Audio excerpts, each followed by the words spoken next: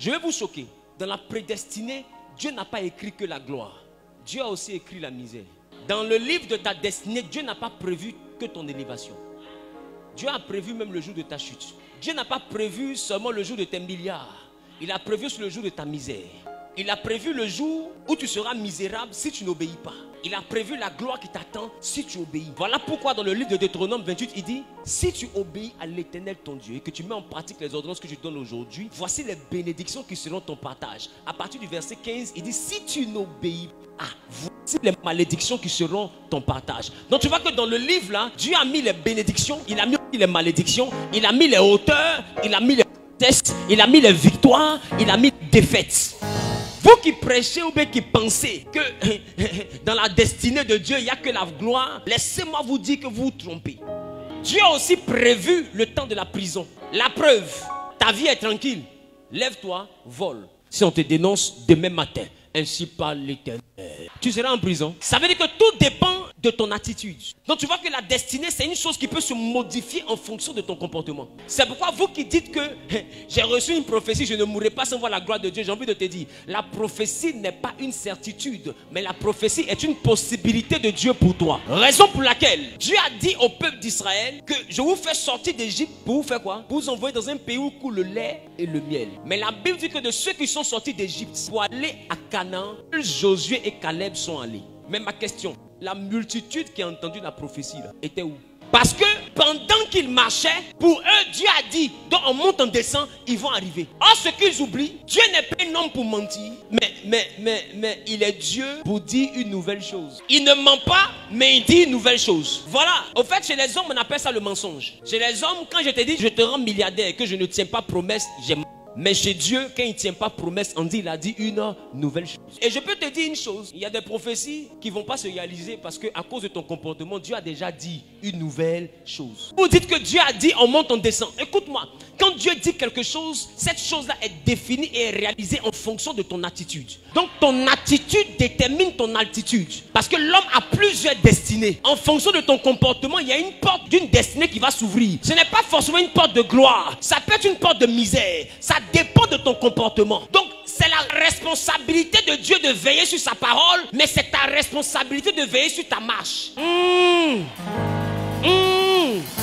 Donc Dieu te dit tu seras une puissante femme d'affaires. Ça ne veut pas dire que tu vas aller dans tous les hôtels et puis il va te rendre femme d'affaires. Ton attitude va déterminer ton altitude. Est-ce que je parle à quelqu'un? Donc arrête de dire à partir d'aujourd'hui je ne mourrai pas sans voir la gloire de Dieu. S'il y a une chose à laquelle tu es exposé, c'est mourir sans voir la gloire de Dieu. Est-ce que vous savez, dans toutes les destinées là, il y a une seule destinée qui sort sur la gloire. Et il y a plusieurs destinées qui sortent sur des pays qui ne sont pas glorieux. Des pays de regrets, des pays de pleurs, des pays de maladie, des pays de honte. Tout dépend du chemin que tu empruntes. Maintenant, pour retrouver le pays de la gloire que Dieu a écrit pour toi, il y a un guide. C'est pourquoi la Bible dit, seuls ceux qui sont conduits par le Saint-Esprit. C'est lui seul qui peut prendre ta main pour te montrer le chemin. Donc frère, soeur, je n'ai pas pris l'avion pour venir jusqu'ici pour te mentir. À partir d'aujourd'hui, fais la mise à jour. Il y a des prophéties mises au placard. Assieds-toi, regarde comment tu t'es comporté. Dieu t'a dit arrête le maploli. Tu as continué le maploli. Tu sais, tu as continué le penchueli. Ça veut dire qu'il y a un type de prophétie. Toi-même, tu dois soulever puis mettre au placard. Et puis à partir de ça, là, c'est annulé. Amen. Il ne faut plus jamais poursuivre un prophète pour dire lui, il avait prophétisé, j'allais me marier. Depuis là, je ne suis pas encore marié. Mais quand il a prophétisé, là, tu t'es comporté comment?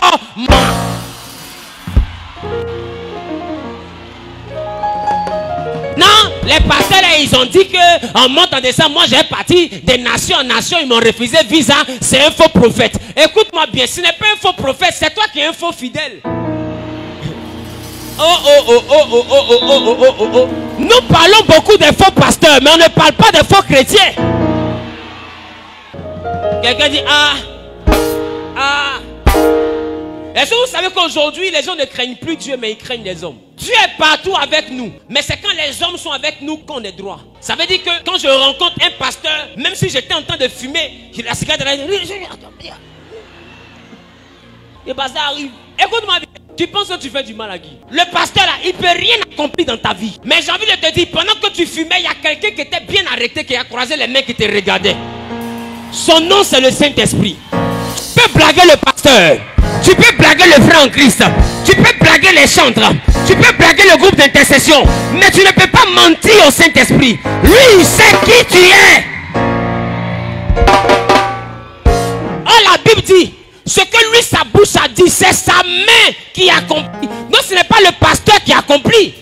Donc ce n'est pas le pasteur que tu dois craindre. C'est celui dont la bouche a parlé là. C'est lui que tu dois craindre. Alors quand tu aimes tes prophéties, quand tu aimes la gloire de Dieu qui doit venir dans ta vie, c'est là que toi-même tu veilles sur tes pas. Parce que tu te dis, ah, Dieu me voit. Et j'ai envie de devenir le milliardaire qu'il a prévu. Alors, dès maintenant, je vais freiner. Donc je mets à côté ici la gloire que Dieu me promet. Et puis je mets à droite ici les plaisirs du monde. Et puis je pèse. Et puis j'essaie de voir mon intérêt où.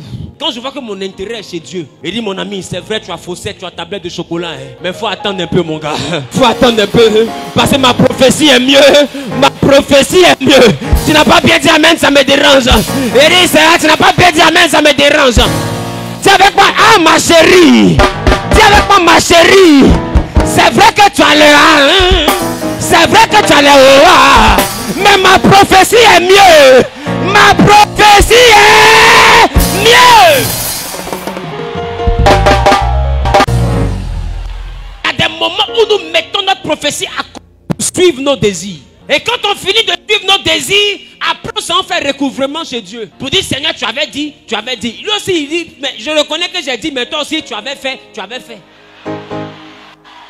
Quelqu'un dit,